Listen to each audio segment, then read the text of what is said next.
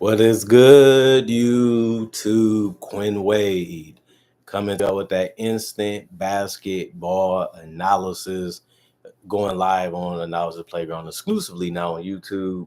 We're going to talk about the Minnesota Timberwolves freezing the Phoenix Suns and got them stuck defensively.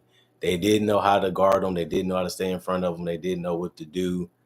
And the Timberwolves said, well, we'll take it. We wanted to win this game. You made it easier for us to win this game, and we'll take that. We'll take that. They won 124 to 109. The Timberwolves go to 42 and 32 and 22 and 16 at home. The Suns go to 35 and 39 and 12 and 25 on the road. Minnesota swept the season series 4-0 against the Phoenix Suns. Some games was close, some games wasn't. They proved that they was the better team this year and last year than the Suns, even though both of these teams look totally different than they did last year when it comes to the roster. But Minnesota won that first quarter 27 to 21.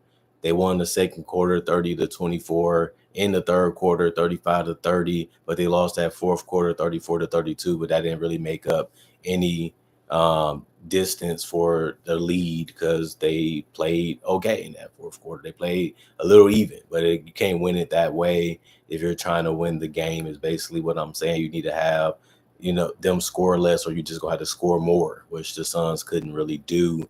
So they end up getting blown out almost in this one, or you can count it as a blowout because it is double figures substantially. Kevin Wayne Durant, 34 minutes. He was 7 of 19 from the field. Led the team in field goal attempts. He was 3 of 6 from three, 6 of 6 from the free throw line, 6 rebounds, 2 assists, 2 steals, 2 blocks, 4 turnovers, 1 personal foul. He was a minus 10 and plus minus. He finished with 23 points. Ryan Dunn, 3 of 5 from the field. It was all threes. 3 rebounds, 1 was offensive, 1 assist, 1 block, 2 turnovers, 3 personal fouls, a minus 18 and plus minus 9 points for him. Nick Richards, 1 of 2 from the field, 1 of 2 from the free throw line, 4 rebounds, 2 of them was offensive, 3 turnovers, 4 personal fouls, minus 5 and plus minus 3 points. That's just crazy to have 2 players score like that in your starting lineup when you really needed to come out playing your best basketball. And the worst part about it is Devin Booker didn't score his first bucket from the field until late in the third quarter. With 3 minutes and 33 seconds late in that game, he finally scored a bucket, and he only finished with 10. 4 of 14 from the field, 0 of 6 from 3, 2 of 3 from the free throw line, 6 assists, 1 steal, 4 turnovers, 2 personal fouls. He was a minus 20 and plus minus tonight. This is not the Devin Booker that they needed. Like, if they want to win against the best teams, he's going to have to play at a superstar level, no joke. And he just haven't really been able to pull it all together and do it while sharing the ball with Kevin Wayne Durant or Bradley Beal. Colin Gillespie helped him a lot. He was 9 of 11 from the field, 4 or 5 from 3. He did have 22 points and 10 assists, 5 rebounds, 1 was offensive, and a steal, 1 turnover, minus 7 and plus minus. You're always going to get that one guy that plays above his head. And tonight it was Colin Gillespie and Royce O'Neal off the bench. You're going to have a starter that does it and a person off the bench that usually does it. And Royce was 7 of 12 from the field. It was all threes. He kept getting open, and he is one of the best 3-point shooters in the league, especially when he's just a catch and shoot guy. 2 rebounds, 2 assists, minus 4 and plus minus. He finished 21 points tonight just based off catching and shooting, basically. Cody Martin, 2 or 3 from the field, 4 rebounds, 1 was offensive, 0 or 2 from the free throw line, 1 assist, 2 personal foul. He was a minus 2 and plus minus with 4 points. Jose Godara got a couple of dunks. He was 3 or 4 from the field. He did go with 4 rebounds with him, with 1 of his rebounds being offensive with 2 assists and 2 steals in a block. He did have 3 personal fouls. He was a minus 10 and plus minus with 6 points. Tyus Jones, 4 of 8 from the field, 0 of 2 from 3, 4 rebounds, 2 was offensive, 4 assists, 1 turnover, 8 points. And then Grayson Allen, 1 of 1 from the field, 1 of 1 from 3, 2 rebounds, 1 turnover, 1 personal foul, plus 1 and plus minus with 3 points. Royce O'Neal really carried this bench tonight But I like that the bench was still able to score a little bit and do some other things throughout the game, even though they didn't really play a lot of minutes. Some did, some played a decent amount. The rest of the guys did not play coach's decision. 41 to 79, 51% from the field, 18 to 37, 48% from three, 9 to 13, 69% from the free throw line, 34 rebounds, 28 assists, 6 steals, 4 blocks, 16 turnovers, and 16 personal fouls. And then the Minnesota Timberwolves did what they needed to do, which was get this win. So that way they can lock up a playoff type of spot, even if it's in the play-in tournament. They are a good, tough team to beat most of the nights that they play. Julius Randle was 9 to 15 from the field, was being real physical, bumping people out of his way to create separation, using his handle to get to spots, but also knocking down threes where he was 2 of 4 from three there. 5 of 5 from the free throw line, 25.6 rebounds, 1 of his offense, 8 assists, 1 steal, 1 block, 1 personal foul, plus 7 and plus minus. Jaden McDaniels, 6 of 10 from the field, 2 of 3 from three, 2 of 3 from the free throw line, 16 points, 3 rebounds, 1 of his offensive, 1 assist, 1 steal, 1 block, 1 personal foul, plus 13 and plus minus for him. He stays ready to shoot and stays ready to score. He did that tonight and also competed defensively like he usually does. And then Rudy Gobert was really good. I almost thought he was the player of the game. He was just that good tonight. 8 of 9 from the field. They just kept giving him deep paint catches. All he had to do was just go up straight and just finish strong. And some of them he did with offensive rebounds. And that was just what he should do. And he usually does. And he did it at a high level tonight. That's the difference. 1 or 2 from the free throw line. 5 offensive rebounds out of 13 total.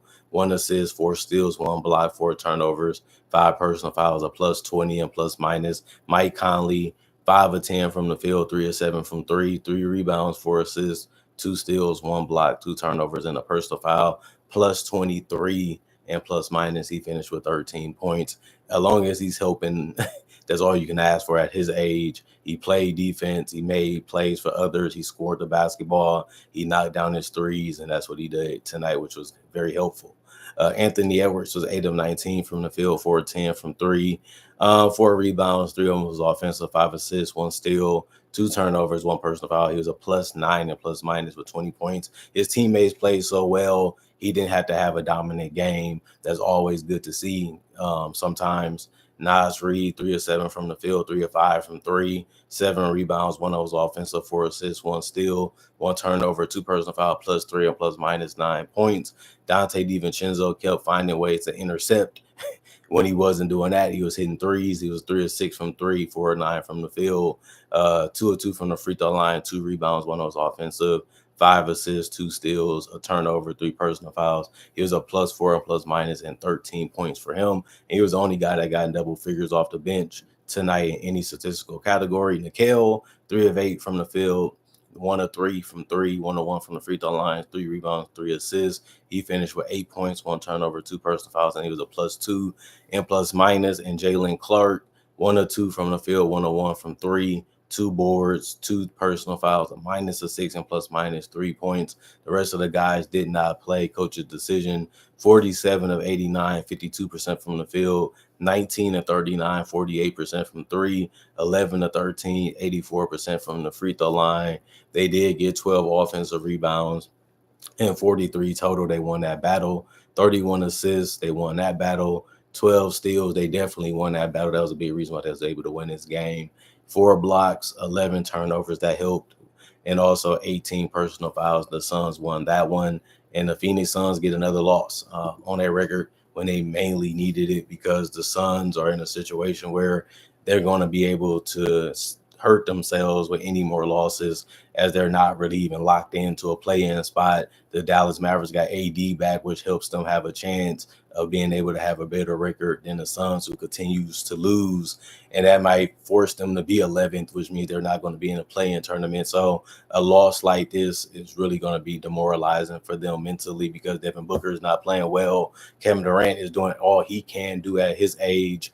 And then guys like Nick Richard and other guys are just not stepping up and dominating or having huge performances for them to compensate what their stars can't do. And then Bradley Beal is MIA. He's not here. He's not playing. He's not contributing to the play of this team. And that's a 16 to 20 plus point score that they just don't have available because he's not on the court. So they're in a tough situation. They had a great start to the season. They had a bad middle, and now they're looking like having a bad ending. And it's unfortunate because a lot of people like Kevin Durant. They like how he played. They like his skills. They like how he is as a player. And same with Devin Booker, but it's just not their year. It's just as easy as that. Like they just not playing good enough. They're just not playing hard enough. They're just not executing good enough defensively either. And their shots are hard. They're shooting over one guy, dribbling through two guys, trying to find a way to score the basketball, and it's always the hardest way to do it. And that's just inefficient offense and high volume scoring, which just doesn't work against the better teams since they do have a hard schedule going forward and they don't have a better way to play. It just looks ugly. It literally looked nasty watching them play basketball sometimes, including this game where it looks like we just don't know what to do or how to go about scoring sometimes because people know what we're trying to do. Give the ball to Devin Booker and get out the way. Give the ball to Kevin Durant, get out the way, and let them try to go one-on-one and throw it to a shooter or to a cutter or to Nick Richards. It hasn't really worked as well as they thought that it would. It makes sense in your mind. It makes sense in scrimmage. It doesn't make sense when teams are prepared for it and ready for each and every possession. And that's one of the reasons why they've been in trouble because of that style of play. It's just not winning basketball in 2025. That's just the honest truth about it. And they're just waking up, realizing they made their bed. They have to lay in it. They have to deal with it. And the negative criticism comes with the fact that you're not winning basketball games. And that's why people are talking about them every day because they've been one of the biggest disappointments in the season this year. And it's just reality that there might not even be a playing tournament, which is a huge failure, especially because they got swept last year by the Minnesota Timberwolves. Now they're going to miss the play-in tournament in the playoffs. That's just the writing of the wall that this is just time to blow it all up. Honestly, it's just time to get rid of these guys and try to find a different way to win. It's not going to be easy. It's going to be frustrating. It's going to be annoying because going bad is hard to get back to great.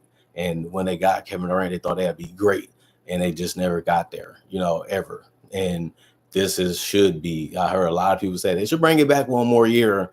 Like that roster is so bad, and they don't really have a lot of guys that teams want.